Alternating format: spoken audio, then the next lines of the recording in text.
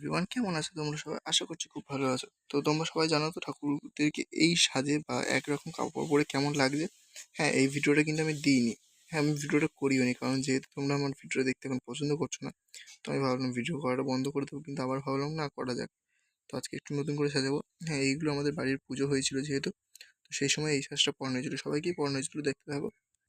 এই যে দেখো, এখানে গোপালদেরকেও পরানো হয়েছে একই কালারের, মানে একই কাপড়ের জামা। এখানে মনসা ঠাকুরকেও পরানো হয়েছে। তো জানো সবাইকে একসঙ্গে একই রকম কাপড় পরে কেমন লাগছে। চলো আজকে আবার নতুন করে সাজিয়ে নেওয়া যাক। এই দাঁড়ো দাঁড়ো দাঁড়ো, একজনের ভিডিও মানে একজনকে সাজ তো তোমাদের দেখানোই হলো না। দেখো, বাবা লোকনাথের আমাদের বাড়ির পুজোর সময় বাবা লোকনাথের সাজটা কিছুটা এরকম ছিল, ওনাদের ম্যাচিংয়ে। তো দেখো, ওনাকেও আজকে নতুন করে সাজানো দেখতে হবে। তো চলো, প্রত্যেকবারের মতো আজকে রাধাকে আরও আজকে প্রথমে নিয়ে নিয়েছি, সাজানো যাক। তো দেখো, আমি কিন্তু ব্লাউজটা চেঞ্জ করিনি, আর আমার শাড়ি পরানোর কুচিটা দেওয়া হয়ে গেছে আর কি।